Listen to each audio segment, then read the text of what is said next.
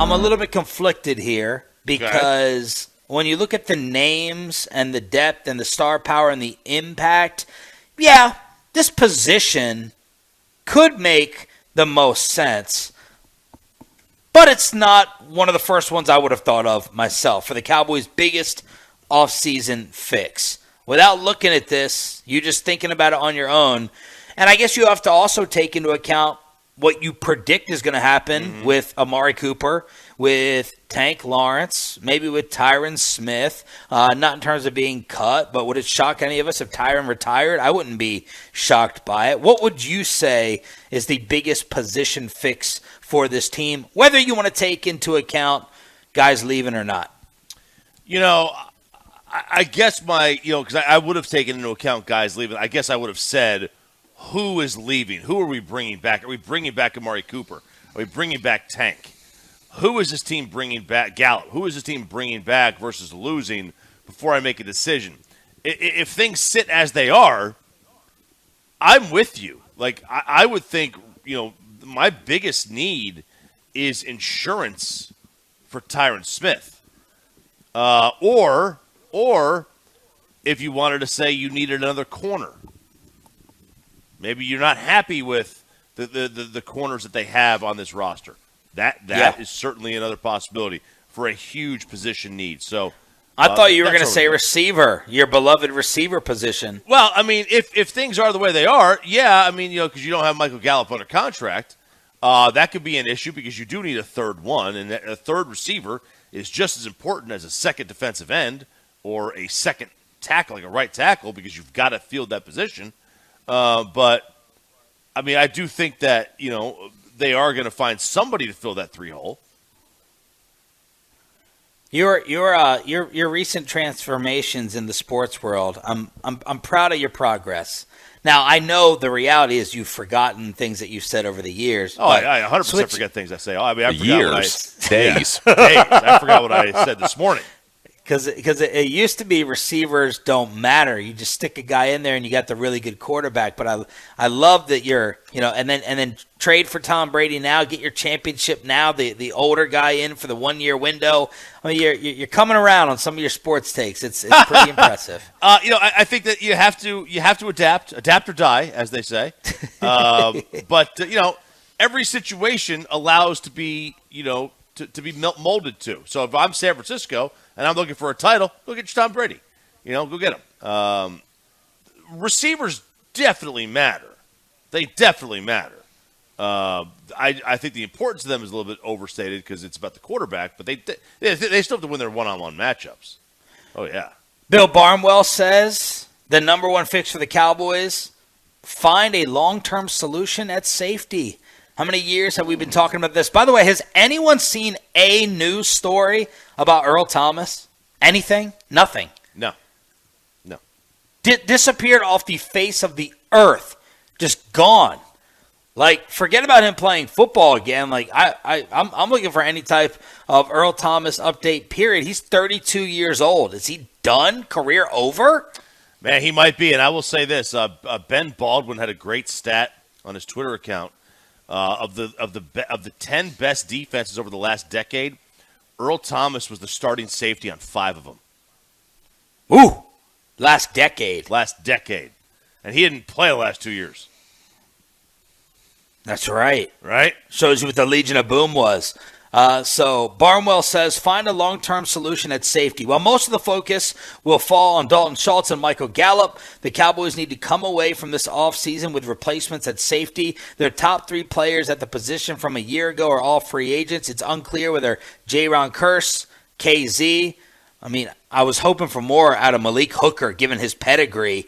It's unclear whether the 3 will be back next year. Keanu O'Neal, who they converted from safety to linebacker, is also a free agent. Dallas didn't spend much at safety last year, and with Zeke's contract still unmovable, I don't anticipate them making too many splashy additions. They would love a safety such as Tyrann Mathieu, but this is probably a position they will address in bulk. I wouldn't be surprised if they brought back one of their safeties, added a low-cost option of free agency, and used one of their top 3 picks in the draft to find a future starter.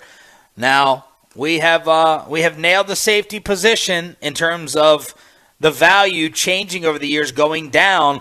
We said stay away from Jamal Adams. The rest of the world finally realized that was correct. Stay away from Earl Thomas. He's disappeared off the face of the earth. How do you feel about this suggestion? I don't love it as their top fix. I like their approach to the safety over the last few years. Not necessarily the bargain basement aspect of it, but recognizing that you don't need to go and spend $16 million a year on a free safety or a strong safety. I went and looked. Of the 13 highest paid safeties in the NFL, just 4 of them made. Oh, wow, that was a voice crack if I ever heard. 4 of them. 4. So of the 13 highest paid safeties in the NFL, just 4 of them had their teams make the postseason. All right. Whoa. Meanwhile, the 2 teams in the Super Bowl did not have a single safety that was in the top 20 highest paid in the NFL. Whoa. And combined, they had just 3 in the top 70. 3 in the top 70? And, 2 were with Cincinnati. Taylor Rapp was the highest paid Rams safety. He was 69th. So, wow. It's showing that, you don't really need a high-dollar safety to be a good defense. If you could get an elite one, great. It's like tight end. If you get an elite tight end, awesome. If you can get Kittle or Kelsey or Gronk, great.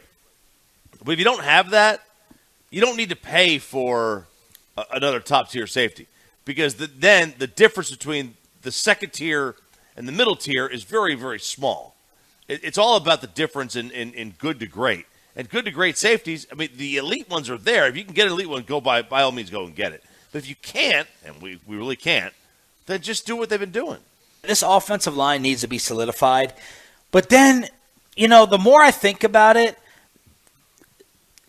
the bigger the indictment may be on Dak Prescott and Zeke Elliott.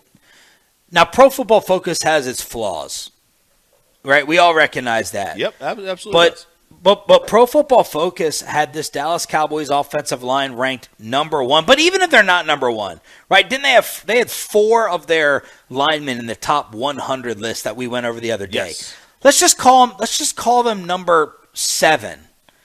Let's call them number 8. I feel like the way I view the Cowboys offensive line is like a spoiled kid. It's never enough for me. And I don't know whether I'm being spoiled or I just need it so perfect for Dak Prescott and Zeke Elliott that maybe I should shift my criticism and my focus towards the 2 stars versus the guys up front being a problem. Does that make sense? Like blaming the quarterback and the running back as opposed to the O-line. Yeah. Like if the offensive line is a 7.5. Then that's on the quarterback and the running back.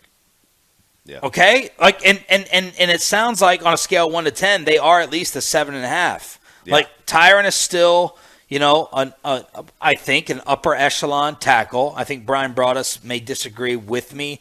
La'el Collins, yeah, he's probably been a little bit of a disappointment. Connor Williams ranked higher by different sites than we all think, and then you have the future Hall of Famer and Zach Martin. It's like, how much better do you have to get, and how much better can you get, or is it about the quarterback getting rid of the ball faster and the running back not getting through or seeing the right holes? For example, Connor Williams is one of the top 50 free agents in the NFL per just about every publication, like literally every one.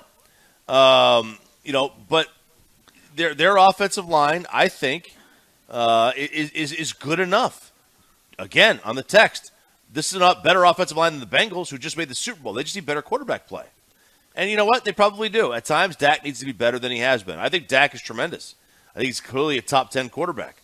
But he sometimes, at least in the postseason game, did not play like the MVP candidate that he once was. He just didn't. Now he has to. You go into next year, man, we're talking year 7.